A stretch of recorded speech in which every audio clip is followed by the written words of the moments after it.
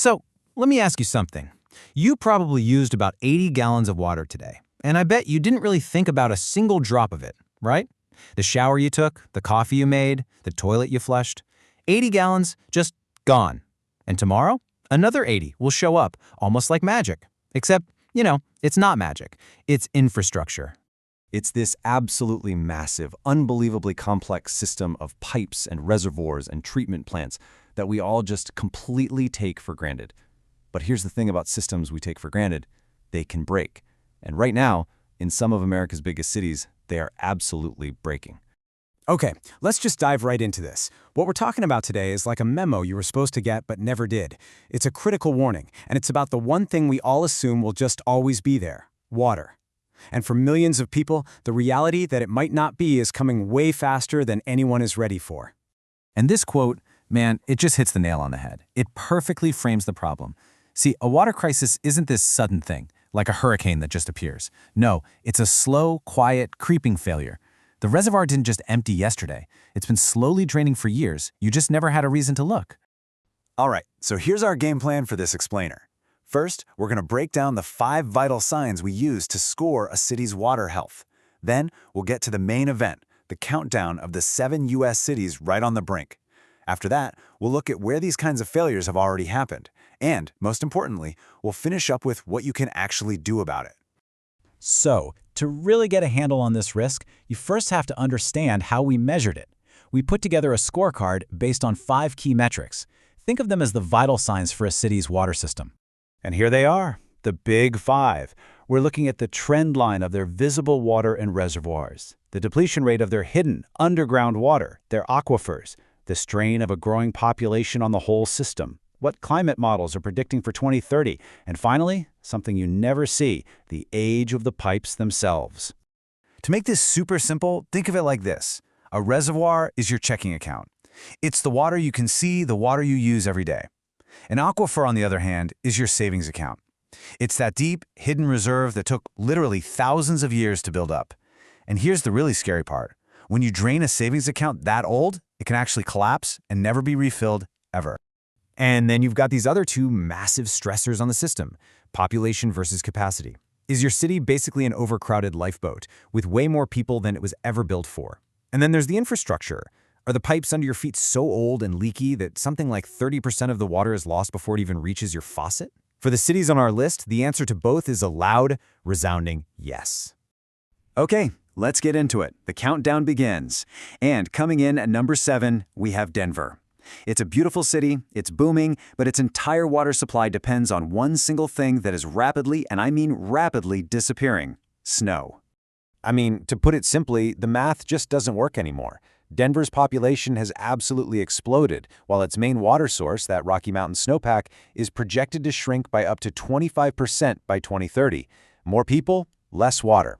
It's the fundamental conflict that's driving this entire crisis. Coming in at number 6 is Miami. And this one's different. While most water crises are about drought from above, Miami's threat isn't from the sky, it's from the sea. As the Atlantic rises, salt water is literally pushing inland, underground, poisoning the Biscayne aquifer, this porous limestone sponge that provides all the city's drinking water. It's a silent invasion from below.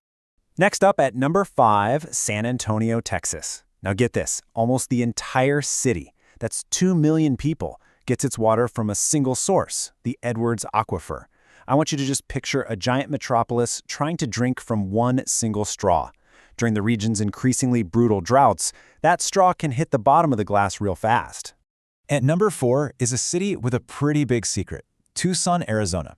We're talking about a city of 1 million people in the middle of the Sonoran Desert. And here's the thing, they already ran out of their own local water decades ago. Their aquifers are 80% gone. Today, the city survives on a single lifeline, a 336-mile-long canal pumping water from the Colorado River, a river that is itself disappearing. And this brings us perfectly to number 3, Los Angeles, which is just the ultimate poster child for this problem of dependency. Look at this chart. It says it all. A staggering 85% of LA's water is imported through 3 massive aqueduct systems. That's nearly every single drop. The problem? All 3 of those external sources are now under historic stress at the exact same time. This leads us directly to number 2, Las Vegas. And you have to look at this chart of Lake Mead, the source of over 90% of the city's water. That drop you see isn't just a bad year or a dry spell. It is a 2-decade-long death spiral. And yeah, Vegas has done more than pretty much any other city to conserve, but you can't conserve water that just isn't there anymore. And that brings us to number 1, the city that failed on every single one of our 5 metrics. We're talking about the fastest growing metro in the entire country, built on a structural mismatch between water supply and demand that is just about to snap. Welcome to Phoenix, Arizona, ground zero for the American water crisis. Let's just run through the failures, shall we?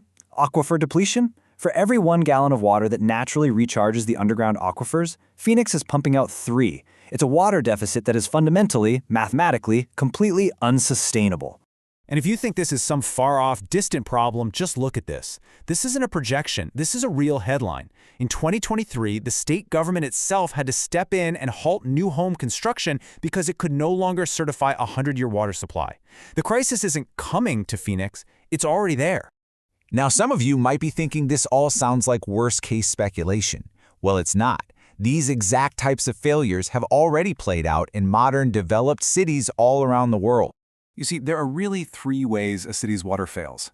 You can have a scarcity crisis, like Cape Town, which came dangerously close to day 0, literally turning off the taps.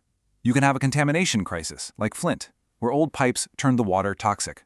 Or you can have a total system collapse, like in Jackson, Mississippi, where the whole thing just quit, leaving 150,000 people with no water pressure at all. Every single city on our list is vulnerable to at least one of these. Okay, I know, that was a whole lot of bad news. But the point of this is not to scare you, it's to prepare you. So let's shift gears and talk about what you can actually do starting right now. 3 simple steps. First, know your source. Seriously, just Google your city's name and Consumer Confidence Report. It'll tell you exactly where your water comes from. Second, build a buffer. Have at least a 2-week supply of clean water stored safely in your home. The rule of thumb is 1 gallon per person per day. And third, start factoring water into your major life decisions. Before you buy a house or move to a new city, check the water risk for that area. The big takeaway here is this. You can't personally refill an aquifer, and you can't replace 1,000 miles of pipes. But you can be prepared. You can be informed. You can make smarter choices. Your city has a plan. For better or for worse, they have one. The real question is, do you?